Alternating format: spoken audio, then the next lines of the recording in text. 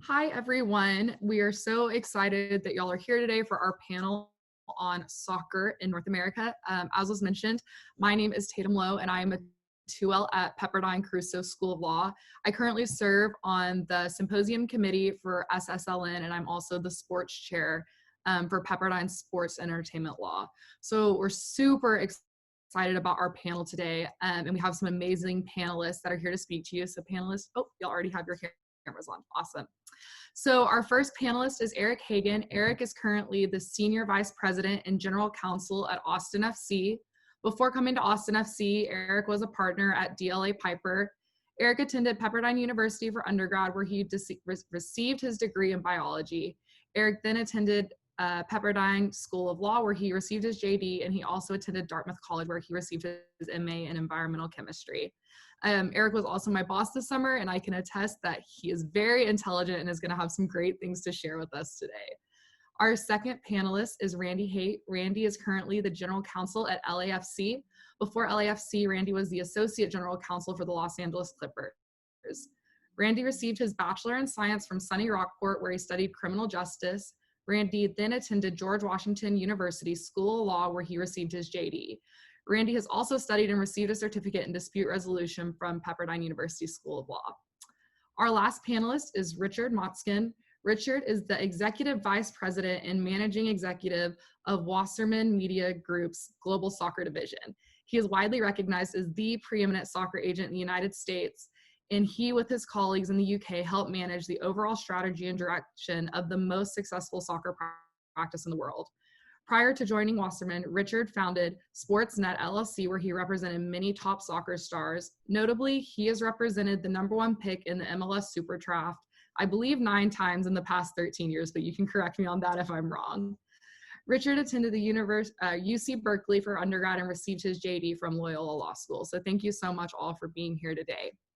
So to kick our panel off, I'd love just to hear a little bit about your roles at where you are, what the different functions that you serve, and how that may differ from the people on the panel list.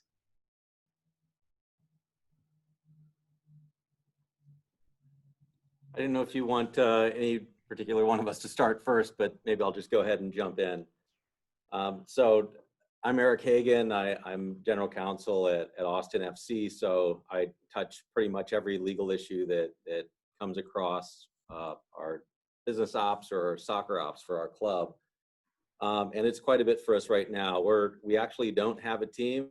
We are not yet playing in the league, and we're getting prepared to launch our team next year. So there's been a lot of activity here in Austin, Texas. We are building a stadium. We are building a training facility. We are building a roster. We are building a front office and a fan base. And we're putting all these important pieces together so that we can come into the league and make that great first impression that we're all working so hard to do. So in my role, as I mentioned, we have our business operations side of our club, and we have our soccer operations side of the club, and both of them are essential to each other, because the better our business operations side does, the more money we have to build out that roster and have a great product on the field. So on the soccer operations side, we so far have signed 2 players, a designated player and a younger player, both from Paraguay. We're probably going to have more player signings coming up at the end of the year with MLS season winding down and with some other important windows coming up for acquiring new players. We also have a development academy where we've been operating that for a couple years now, and that is growing. We can talk about player development a little bit further on during the hour. And we're building a training facility to support that. We're getting ready to open our training facility early next year, and we're all really excited about that. On the business operations side, we have to pay for everything, so we need to have certain parts of our business operations side that generate that revenue. In MLS, it's primarily sponsorships and ticket sales, and so far we've done very, very well on ticket sales. We've sold out all of our season tickets. All of our suites are accounted for with our sponsor partners and others who purchased them, and we've got some holdbacks on our premium seats and all that. But our ticket sales have gone really well, which allows us to look forward to having some revenue for good player signings. On the sponsorship side as well, we've signed our jersey sponsor. We have a naming rights partner for our training facility. We have some other key sponsorships that we've announced and some more to announce. And then, you know, we're a business, so we have all those HR and IT and other issues that you run into as a general counsel of an organization. And all these other different departments of our group that support our organization. We have, you know, marketing and promotions. So a number of different issues that can come up, whether it's employment and IP, real estate. So as Randy will attest, we kind of get called on to anything. You have to be the jack of all trades to be in this position. And then in addition to that, we also have a philanthropic arm of our club, which is 4ATX Foundation. So we also do work on the nonprofit side, heavy emphasis on community engagement. A lot this year that we had to refocus our efforts with COVID. So there's a lot of aspects to running a sports team, and you know, we sure get quite a mix of work in our positions. All right, I'll hop in now. Eric, thanks for that. And I think one of the things, and Tatum, thanks for putting this together and having us on, that Eric just said that I think is a really good comment for everybody, is just no matter what role you're in, you're going to have to be a jack of all trades, because there's so many different issues and opportunities and, you know, problems that just come up when you're in a sort of supervisory role, whether you're on the business side or on the legal side. And the truth is they very much meld together. And so it's just being flexible and being open-minded, and sort of how you approach business is just something that everyone should really have that mindset going in. For me personally, as you mentioned earlier, I actually was the general counsel of US Soccer. So, you know, I know what it's like to sit in that chair back in the early 90s, you know, and then I started my own business representing players off the 94 World Cup team. So I also had the experience of starting and creating a small business, which then ultimately got acquired by Wasserman 14 and a half years ago, which at the time was then small, and it's now a big sports agency. And sort of as you grow and evolve over time, my day-to-day role is much more about managing the group in the business unit with a colleague based in the UK. Worldwide, we represent somewhere in the neighborhood of 500 soccer players, or as we call them in Europe, football players, literally playing all over the world, many in MLS, many in English Premier League, in Holland, and Germany, Mexico, Spain, France, which then provides the opportunity to really learn about a lot of different businesses. So for me, I help manage our group of agents who are, you know, sort of out signing, hopefully the top young players, you know, every day, and hopefully they'll be playing in Austin or on LAFC down the road as well. And then also so when we're managing the players, you know, we're negotiating their player contracts, we're negotiating their marketing deal, but we're also managing them as players and people, because ultimately, being able to help advise and counsel these young players to help them be better people, better players, and continue to allow them to evolve and hopefully achieve their goals of playing at the highest level and maximizing what is possible is important. So that's part of what we do. And then obviously understanding the rules and regulations of all these different countries that we're operating in, because, you know, there are foreign player restrictions in every territory, including in MLS, and these rules are constantly evolving and changing. And so understanding what is possible, understanding, you know, how to navigate the worldwide soccer/football system is something that you continually have to educate yourself on and stay on top of. You know, that's sort of in a nutshell, you know, what we do on this side in terms of managing players. Perfect. So Tatum, I saw your message in the chat. So one of the questions I have at the end is whether or not Eric was a good boss, but we'll hold that for later. And I apologize, I'm severely underprepared because Eric has a beautiful step and repeat behind him, and I'll try to find one before the end of this. He laid out, though, the focus of general counsels to a T, and I completely agree with everything he said. One thing that I do want to highlight from what Rich's remarks were is, even though this is focused on soccer, just so that we could understand the different facets and how front office organizations are far different, is at least on the business side, for me, about 40% of my job actually relates to venue management and our special events business. As we have concerts and festivals, and as of 2020, we were actually anticipating, prior to COVID, having more live event days at our stadium than we were LAFC matches. So it is a very comprehensive position in that we deal with every single department within the organization. I would venture to suggest that this year has been a little bit different for me than Eric, only because I'm somewhat envious that he's still building to a certain extent. But a lot of the last 8 months have been taken up by, discussing make goods and our sponsorship agreement with our partners, because we haven't been able to deliver everything. Obviously, it's been nearly impossible.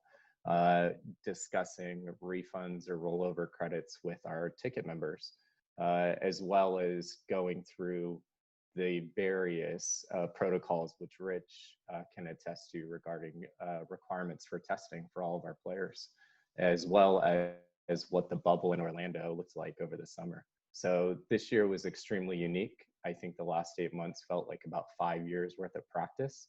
But being a general counsel in and of itself is a very fulfilling and rewarding career. We all aspire to be Rich someday, though, because he has a very, very interesting career that I'm very excited to hear a little bit more about. Be careful what you wish. Yeah. But I'm excited to get into some of these topics with you. But at the end, if we do have questions, I want to cover off some of the things with respect to COVID and how our bubble was different than others. We might be able to have some time to get there.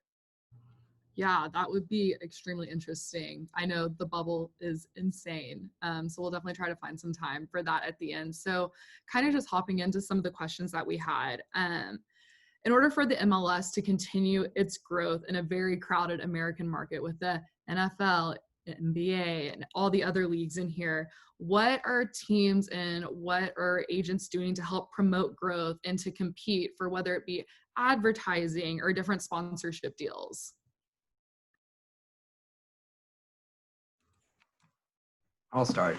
I think one of the benefits that soccer really has is that it's just such an international and diverse sport, and it's a young sport. So my first comment would be, it's really, the beauty is, when I started in this sport before many of you students were born and started my business in 94, 95, the access to soccer was so limited. You couldn't find it. It wasn't shown on TV.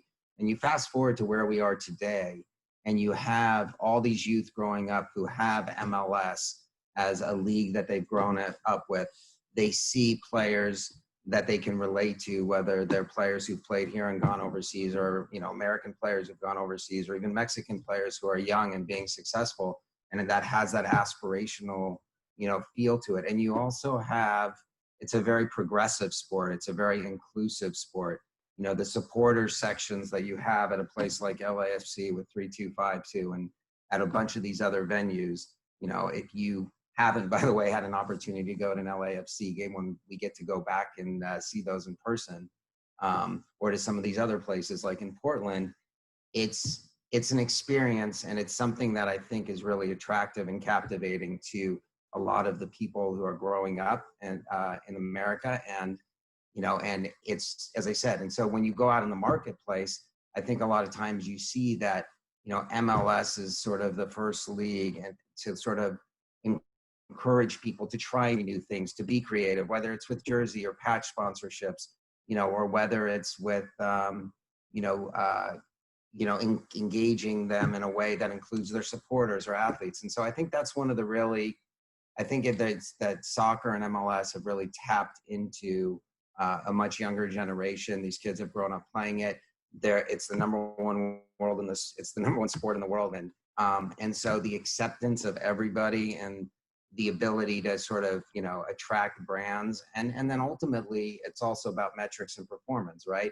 Are you providing value? Is the sponsor, by virtue of their sponsorship or the marketing partner, generating revenue, generating sales? And I think that sort of everyone in our ecosystem understands that and is really willing to work hard to make sure that not only are you sort of getting somebody in the door, but that you want to have them succeed so that they continue to reinvest and sort of tell their friends. And, it goes to one of my personal philosophies with my players. And when I'm doing endorsement deals, I will always favor those marketing partners who are sponsors of MLS or US soccer. Listen, ultimately my job's to do what's in the best interest of my client. So if there's, an opportunity, if Coca-Cola is a sponsor and Pepsi comes in and gives us a crazy offer, of course that's going to be impactful. But ultimately, I will always favor those companies who are working with soccer and supporting soccer or MLS or US soccer, because that's how you continue to sort of help everybody grow.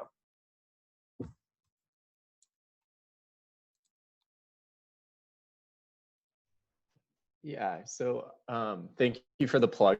First of all, love to have everybody at LAFC matches. But Rich does highlight something that's really unique for US sports specifically. Soccer has identified itself to have this very unique subculture. And the 3252 that you mentioned is our supporters group, which is made up of 9 subsections of the main body. What's unique about it is not only do we have 4,000 members who are standing and cheering and singing and dancing choreographed dances throughout our matches, but we went down to Mexico and we had 1,000 of our supporters travel with us.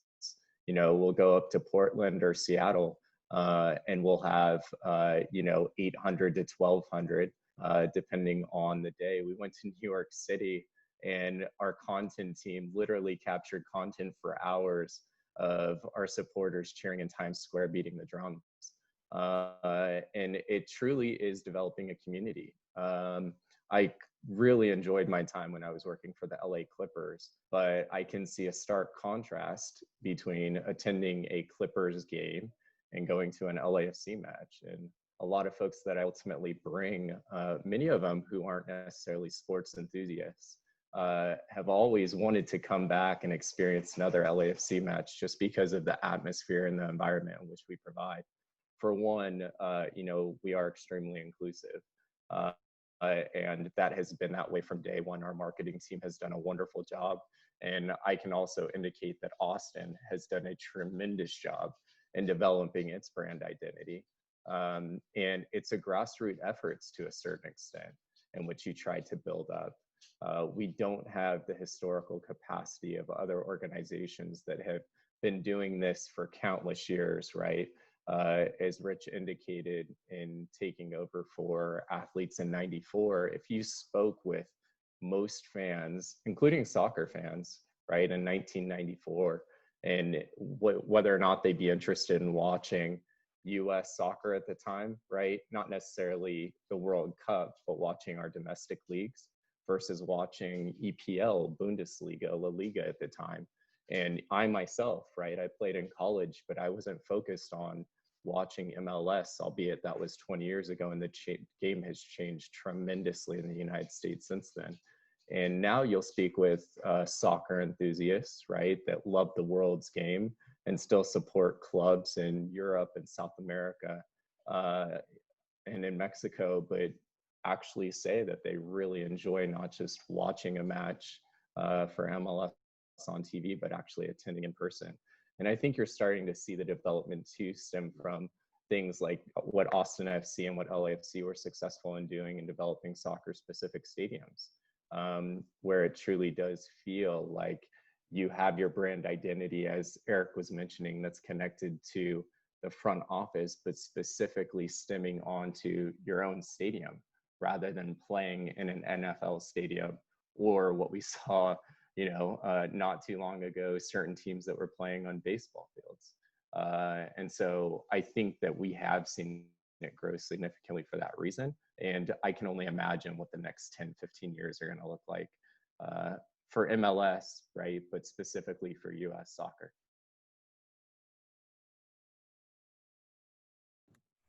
Yeah, I'll echo some comments there. Richard made a good point about how the soccer fans in the United States for so long have had to be very savvy about getting content, getting access to the games they want to watch, which creates an interesting dynamic when we start looking at broadcast rights and how are we going to distribute our own game content. And touching on what Randy said, this is a unique fan culture. And it's really interesting to see it grow in a place like Austin, Texas, which until Austin FC was announced as the 27th team in Major League Soccer, it's the largest city in the United States that didn't have a Major League sports team. And so being the first Major League sports team, it's different than coming in and trying to compete with MLS with Major League Baseball, NFL, NBA, and NHL. We're creating it from scratch. And so, for us, we've got a number of things that are already in our favor. We've got a very strong soccer culture here. A very famous soccer coach that seems to have coached everyone who's gone on to greatness out of Central Texas. Wolfgang Sunholtz had announced a few years ago at an Austin fundraiser for the Austin Soccer Foundation that Austin is a soccer city. And it's a statement that's kind of resonated and you see it on T-shirts and billboards. And it's true. I mean, Austin, if you look at TV ratings for World Cup and for English Premier League, you'll often see Austin up at the top of the cities, and maybe number one, number two. I think we were number one in the Women's World Cup most recently. So there's a lot of soccer fans, diehard soccer fans that are here. There's a whole network of bars around Austin that cater to all the different teams around Europe. And then you've got, a vibrant tech community, a large Latino population that has, their ties to teams in Mexico and in Central America and South America. And it's just all these great ingredients that have come together to create what is going to be a phenomenal soccer culture. But there's also that piece of it that you have all of these potential fans out there who are becoming interested in Austin FC, interested in our brand, and who are wearing our T-shirts and hats and aren't really even aware that it's a soccer team. They may see Matthew McConaughey, one of our investor operators, on his social media, or on late night TV, wearing his T-shirts and hats and promoting the team in the way he does. And people have just just embraced it. And so that's one thing we love seeing, how it's all coming together. We have all these exciting things that are coming up, like our jersey launch that's coming up later this month. We have new player signings that are coming, and just with each new announcement, it generates more excitement. So, that to me is probably one of the more exciting aspects of working on this, just bringing soccer, professional soccer, to a city that hasn't had it before on this level. Yeah, that's all super interesting and exciting. And Randy, I wanted to go back to something that you touched on in regards to the grassroots development and things like that. How have y'all seen that change in regards to player development and enticing younger athletes in the United States to turn their focus towards soccer? So I'll start on this one. MLS Next is a new entity that's being governed by Major League Soccer and took over what was formerly the U.S. Development Academy. There are over 100 clubs that'll be involved. LAFC, I'll be quite honest, is at the point of starting to develop its youth club network. We're only 3 years new now. And since we've joined Major League Soccer and started playing in stadium in 2018. And so we were fortunate that we were focusing on our academy initially, and just recently we actually signed 3 homegrown players, meaning academy players that signed with our first team, including Christian Torres, who became the 3rd youngest player to score in a Major League Soccer game, which was really exciting for our club. We're now starting to focus our efforts on developing affiliations, and we really view it as a partnership, although as an attorney, I'll use that term loosely, with youth clubs in Southern California. You've seen some organizations that have made a tremendous strides here, like Sporting Kansas City, for instance, has 100 youth club affiliations within its program. And with these youth clubs, you're finding that there are better ways to identify talent at a younger age, right? Help recruit into your academy, and include some sort of curriculum sharing. So it reminds me a little bit, albeit, it's different between soccer and basketball, but for G League, the development league for the NBA, the Clippers had developed a G League team just before I left. And I remember speaking with our coach and his staff about how intrigued they were, because they could finally start employing new systems, new programming, utilizing their curriculum to develop players that were not able to actually make our first team, right, make our roster for a game day, but that they could actually start developing, many of them being at a younger age. And so I see that we're utilizing it in a similar fashion. We don't have a USL team currently. So as of right now, whenever any of our players either are going through injury rehab, or we're trying to get them additional minutes because they're not getting them with our first team, we have to loan them out to another USL side. And so we're viewing the academy as a way for us to continue to develop players and hopefully see it streamline between having an academy that comes into the program, hopefully continues to develop with our first team, and then either is transferred on to bigger clubs afar, or becomes a mainstay with the organization.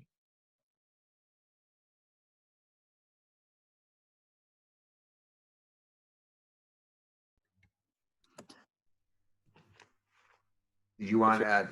The only thing I would just sort of add to that, I think that there is no one right development pathway for any kid. So, everyone's going to evolve and grow at different points along the way. And I sort of come, one of my clients who, ended up, being one of the best soccer players this country has ever produced is Landon Donovan. And Landon, to this day, he never even played club soccer at all until he was about 12 or 13 years old. He played all the different sports growing up, and and we'll tell you to this day that, developing, first of all, the different coordinations that are involved in basketball or, baseball and all these other sports helped him in soccer, but also, the social aspect of, the camaraderie of getting to know your neighborhood kids and, not traveling 100 miles each way to play one soccer game, and spending more time just on the field and the park across the street and playing. And so, the truth is everyone's sort of got to go through whatever path is right for them.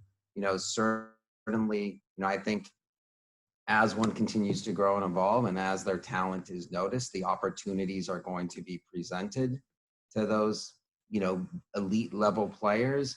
But my sort of personal belief is, at younger ages, kids it should be a fun endeavor, and one where they're, hopefully getting the opportunity to play with their friends in their neighborhood and, have that sort of growth pattern. And then, ultimately the elite players will have opportunities, whether it's with, top club teams in their neighborhood or MLS Academy teams or youth national teams or abroad. But it should be something that sort of happens organically.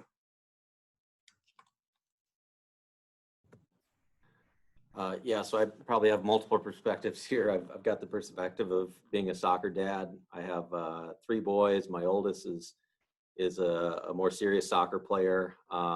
He was part of the U.S. Development Academy, and recently started training with Austin FC's academy.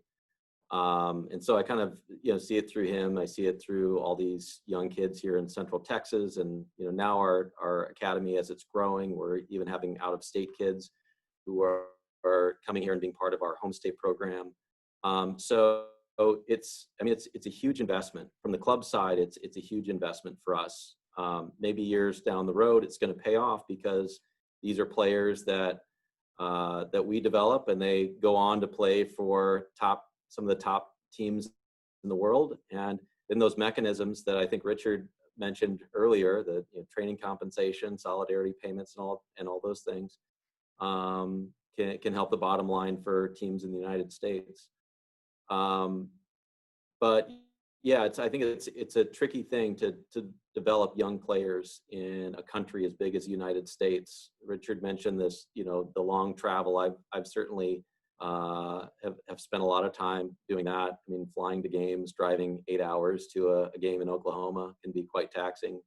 And you can see how other countries will have an advantage. You look at Croatia and the great team that they put together, and it's all these players that have been playing together in close proximity for years. Whereas in the United States, I think we're starting to get to that tipping point where the best athletes, once they hit that age of 13 or 14, if they're going to start picking soccer as their sport, that's when the United States is really going to shine on the international stage. I mean, we can see it now with the way our U.S. men's national team is starting to take shape.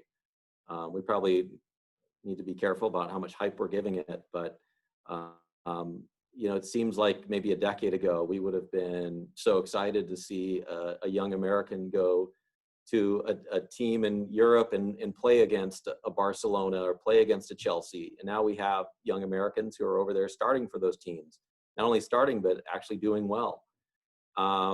So I'm really excited about where soccer is trending in the United States. I think it's an exciting sport to be in. You look at Major League Soccer and where, what has all transpired over the last 25 years, where we were after the first 10 years of Major League Soccer. And some people wondered if the league was going to fizzle out and dissolve. You had founding teams and the first expansion team that are no longer around. There's an expansion team in Los Angeles that is no longer around. And now we're seeing tremendous growth. We're seeing, cities fighting to have expansion teams in the league. So I'm excited to see the growth of soccer. I think youth development is also a big component that MLS is rightly spending a lot of money on. And yeah, so great things to come. Yeah, one thing I will add, because both of you touched upon it briefly, is the age component. And so if we look overseas, this is where MLS still is different compared to our counterparts, specifically in Europe as well as South America. For instance, Barcelona has one of the most famed youth academy programs in the world.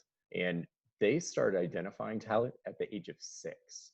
So their program is targeted towards players ages 6 through 18, hopefully making the first team. In Major League Soccer, you're not seeing any MLS club out there at the academy level starting a U7 boys program. And it is different because we're now starting to see Barcelona, Bayern Munich, Real Madrid actually setting up offices in the United States to start searching for talent. And it definitely is still trying to identify those that could come into their program at much earlier ages than any of ours. Like, for instance, at LAFC, we bring players in at 11, 12 years of age. And many of the youth programs out there, some in which Eric had highlighted, I started my playing career, albeit I was on a rec team, and I loved drawing our mural and club name more than playing, right, from the age of 8 through 12. But you're seeing it start to shift a little.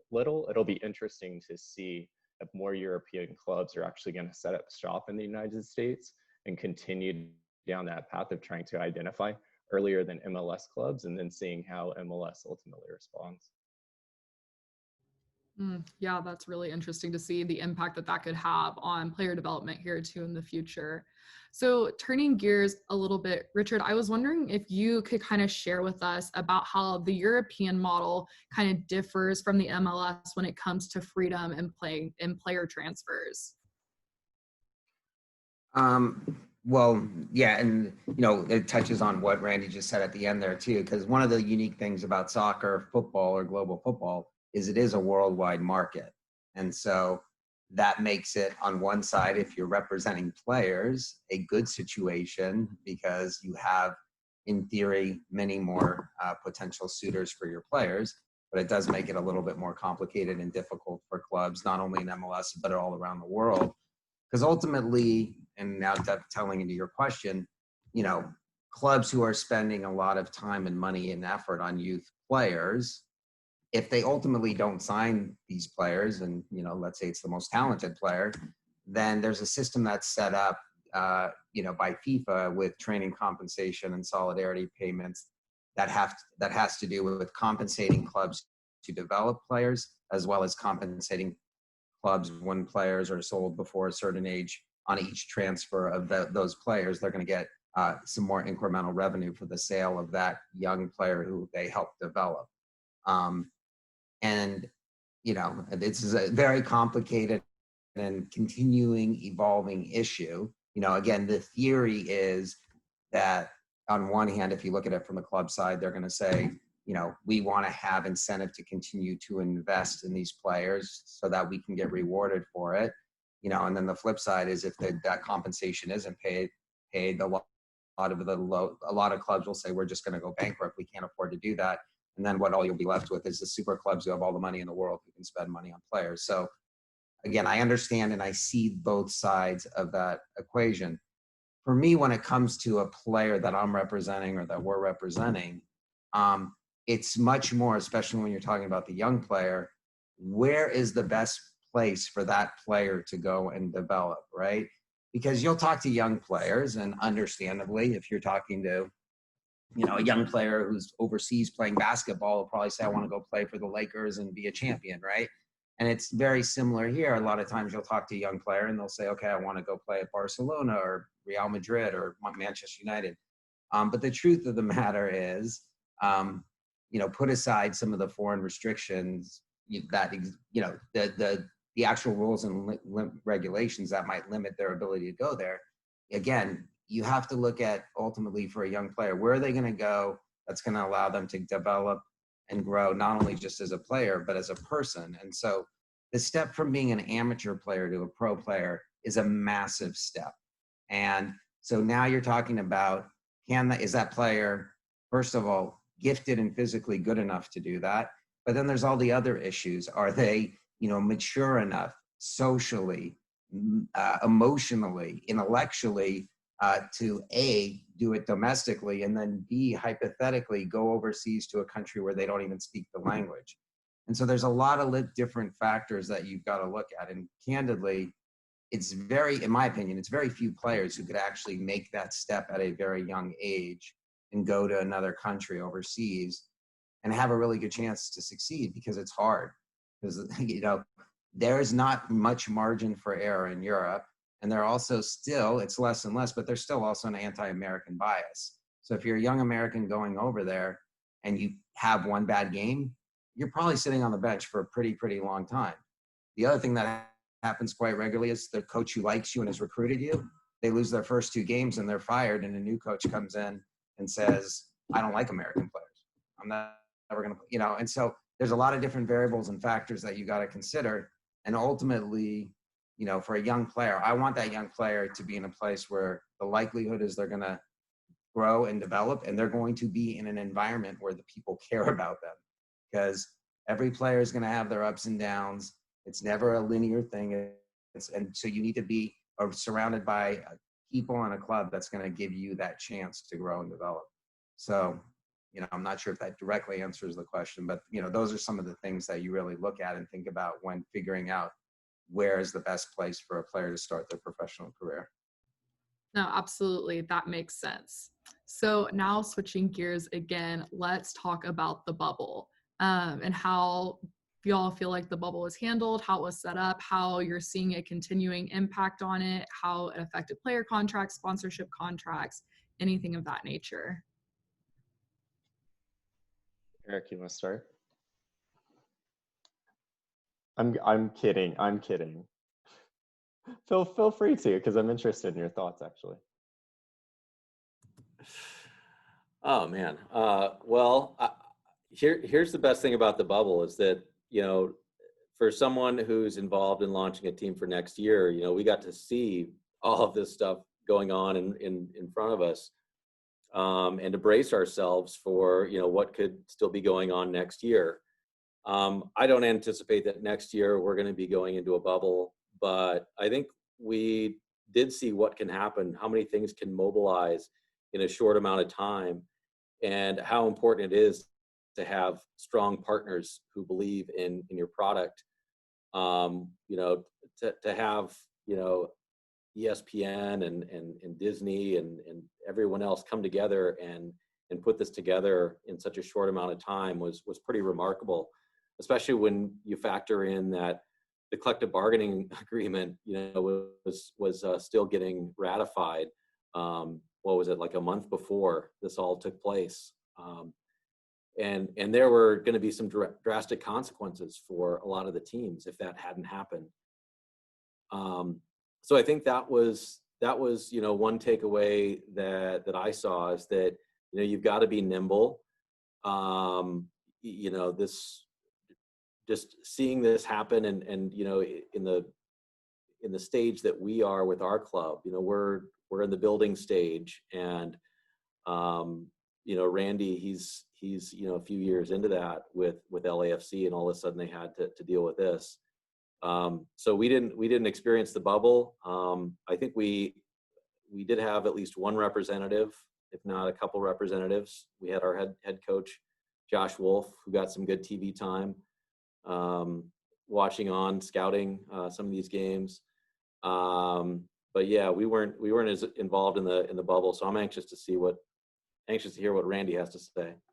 Yeah. Let me just speak from the LAFC perspective, because I don't want this to come off as comments generated by the league. So first, I really want to highlight and acknowledge the NWSL, who actually started their program prior to us with the Challenge Cup. And they were the first major US sport, I'll call them, that actually had the bubble concept in place even before MLS. And they were very successful with their testing efforts. MLS then came online, and it was a drawn out process, a lot of uncertainty, right? Because it was more or less unprecedented at the time, absent what NWSL had accomplished. For us though, specifically, you know, for those of you that don't follow LAFC, you know, our best player, Carlos Vela, did not decide to attend and play in the bubble in Orlando. And he did it for personal reasons. And hats off to my coaching and technical staff, who were very supportive of him making that decision and deciding to stay back, because those matches did count against the regular season. But from a player perspective, you know, I'll let Richard speak to it if he has any comments about any of his players that were representing the bubble and what they felt. Our general position from what we were hearing from the players is everyone was comfortable while they were there, generally happy. It obviously is a long time to be away from family and friends, to be at a hotel, to have a lot of restrictions placed on you, to go through daily testing, and to be out of your routine, more or less, which I can't even attest to, right? Never being a professional athlete before, but I can only imagine how difficult that was. To answer your question about sponsors, that did take up a lot of my time, only because the assets that we can provide at a home match or even an away match via local broadcast rights or otherwise is far different than what we received in the bubble. So we had to work extensively with the league's office That was with their business solutions and sponsorship teams, as well as their legal department, to set that up. And, you know, LAFC has 40 plus sponsors, corporate sponsors, that receive sponsorship assets. And so, you know, you can imagine we went through 40 different conversations to discuss what those make goods would look like for assets that we actually could deliver, as well as the uncertainty of what would happen afterwards. Because don't forget, when this bubble started, we knew a certain amount of matches would be played, but nobody knew what would happen when we returned to home markets. So there was always this layer of uncertainty, not just about what would take place in the bubble, but after that ended, whether or not we actually would be finishing out our season. Yeah, no, and I will also start by just giving major compliments to the league for executing the bubble in the way that they did. I mean, you know, there's a lot of stuff that goes on behind the scenes that nobody knows about or has any idea, you know, and, you know, as mentioned, Eric said earlier with the CBA, I mean, there's so many steps along the way. You know, there's a lot of, you know, this bubble concept was unique. It wasn't easy for anybody, you know, and again, from the player's perspective, you know, there was understandably a lot of fear and a lot of, you know, health concerns and, you know, and uncertainty. So, you know, you had this lead up into the bubble where there was a lot of difficult negotiations with the collective bargaining agreement, because on one side, understandably, the ownership said, guys, this is going to be a different year. We're not going to have fans in the stands for a while. We're going to lose a lot of money. So we would like you guys to share at some level in the loss. And then, you know, the players obviously on one side are saying, well, we have a contract, you know, we want you to honor the contract. You know, and again, this is where some legal stuff comes in with force majeure and all that, if you want to bring that up. But ultimately, you know, this is the time where you need people who are sort of reasonable and flexible and say, look, you need to see both sides and understand. But, you know, it sort of came to the last minute in terms of actually reaching a CBA where the players agreed to take some reduced compensation. You know, the owners probably paid more than they wanted to, but ultimately that got resolved.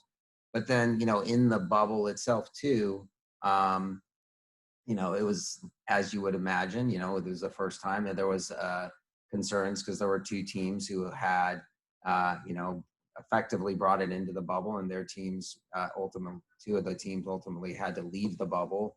But once those two teams left, you know, there was less than 5 total cases over a month-long period, which showed not only the effectiveness of the bubble, but also provided overtime peace of mind for the players and a comfort level.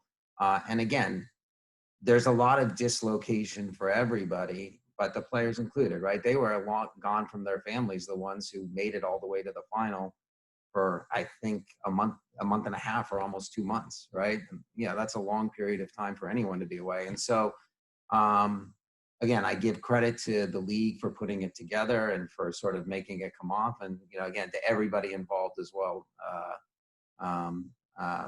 And, you know, hopefully it's a one-shot deal, because I think everyone would prefer not to have to go through that experience again. Except we'll be in the bubble in Orlando in December for CONCACAF Championship. Oh yeah, for CONCACAF. Yeah. Luckily, it's going to be about a 10-day period. Yeah. Well, thank you all so much for sharing about that. So we have a little less than 10 minutes left. So before we move on we have, I think, 1 or 2 questions. I just kind of want to hear where y'all think new law graduates that are interested in going into soccer can, 1, find their way in, and then 2, add value. And then what are you most looking forward to with the future of soccer in the United States? I mean, well, I'll start real quick. You know, it's funny. When I was younger, and I think a lot of law students, they come out and they have this vision and say, oh, I want to be an agent, or I want to be, you know, this or that. And, you know, it's been a long time, but I was sort of no different when I was back then. I still remember what it was like. But I think one of the best things I did was, you know, after I graduated law school, I went to a big law firm, and I spent a few years at a firm, Latham & Watkins, which, among other things, allowed me the opportunity to develop some really good skills and to, network and be amongst, very, people who were incredibly bright and challenged me in a lot of different ways in the corporate environment. But the other thing it did was it allowed me to meet somebody named Alan Rothenberg, who was at that time, the president of US Soccer and who ran the World Cup. And I didn't grow up with soccer. I grew up playing all the other sports. At that time, you probably could not pay me money to watch soccer. So one of the things I always say is you never know where the opportunity is going to arise. And so, part of it is about being flexible. And so in that case, I started working with Alan, and at the time he was very involved with the Clippers, among others. And so I was doing some work with him in the sports world. And when he became president of US Soccer, he then provided me the opportunity to go, as he put it, he came into my office one set day and said, "Hey, are you interested in becoming the general counsel for US Soccer? We've never had one, but I think we need a full-time person." And I said, "Sure, that sounds great." He said, "Well, two things you have to know. One is you're going to have to move to Chicago." And I said, "Well, it sounds interesting. I've never been there, but I've heard great things about the city. And two is it's a nonprofit, so you're going to make less than half of what you're making here at the law firm." And I sort of said, "Well, listen, it's an opportunity, and and you sort of go with it." And ultimately, it took me on the path to where I am today. And so, in the broadest sense, be flexible, be open-minded about whatever the opportunity may be within soccer or not, or other sports. Because if you want to get involved in sports, there are many different ways to get involved, whether it's with teams or leagues or the agency side or marketing companies. But always be flexible, always be open-minded. And you said it at the beginning, show how you can add value, right? There's a lot of different ways to add value, but if you're able to go into job interviews or you're able to network and meet people and show how you might be able to add value, and maybe it's because you speak Mandarin, maybe it's because, you've played at a high level, maybe it's because your brother's the #1 draft pick. There's different ways in which you can add value, but that's another thing I would always say to be cognizant of.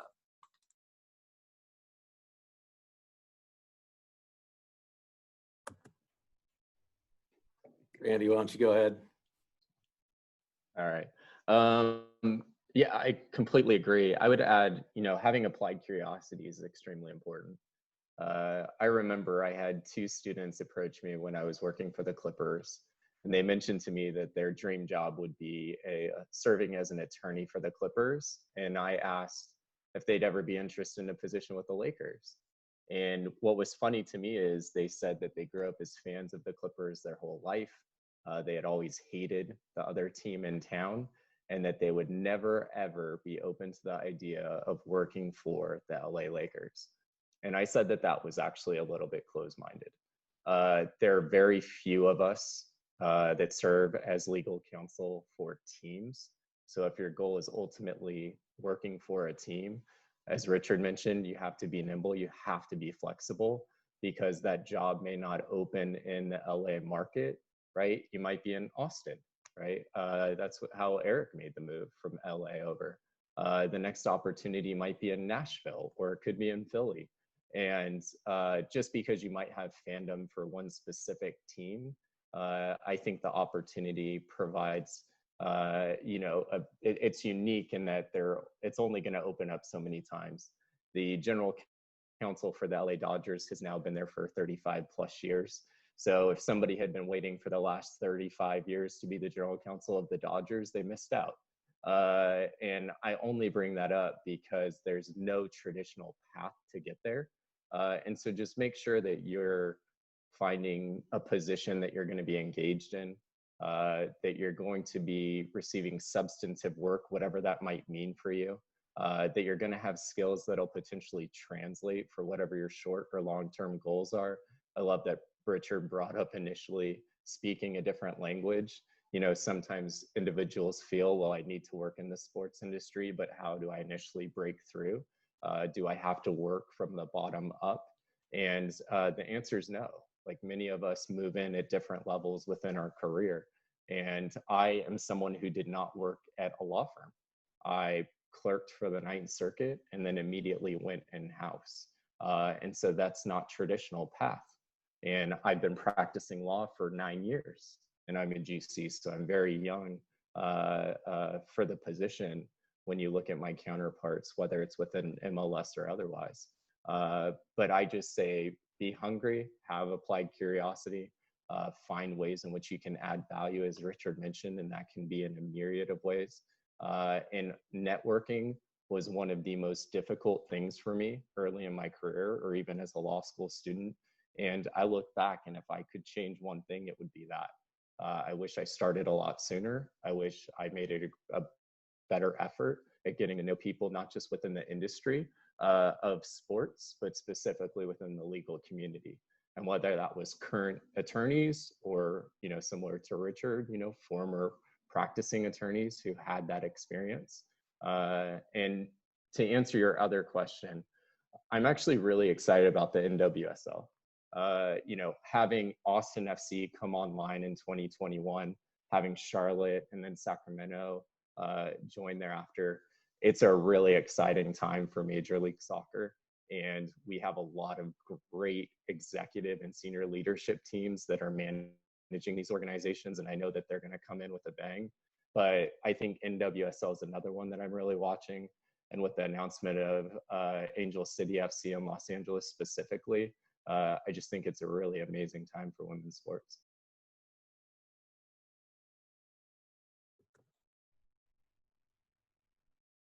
You still have time for me? I see we're at 7 o'clock. I'll try to be brief here.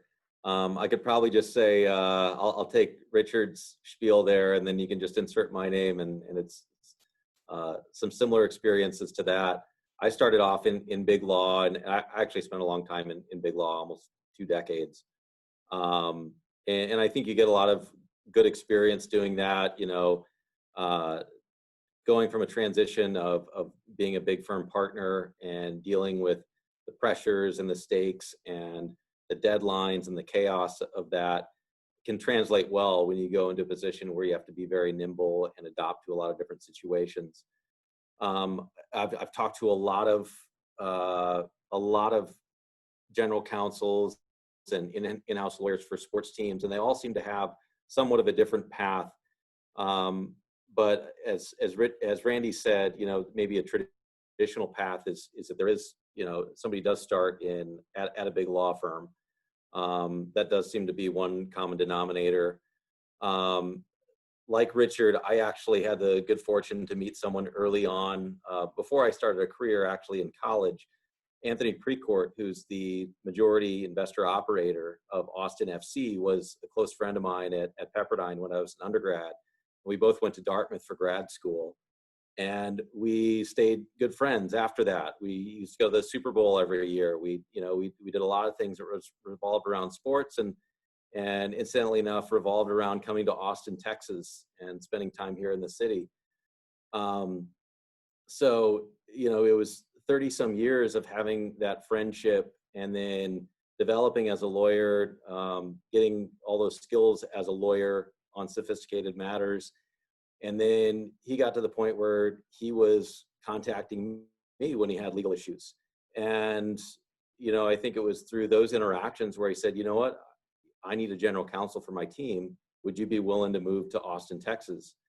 And so that's, all the same considerations. Do you want to go from being an equity partner at a big firm to making what people make in the world of sports, which is as a general counsel of a sports team is going to be a pay cut. But it's also something that I can say every day when I drive to work. I love going in and driving past this stadium construction site and seeing what we're building here in this city.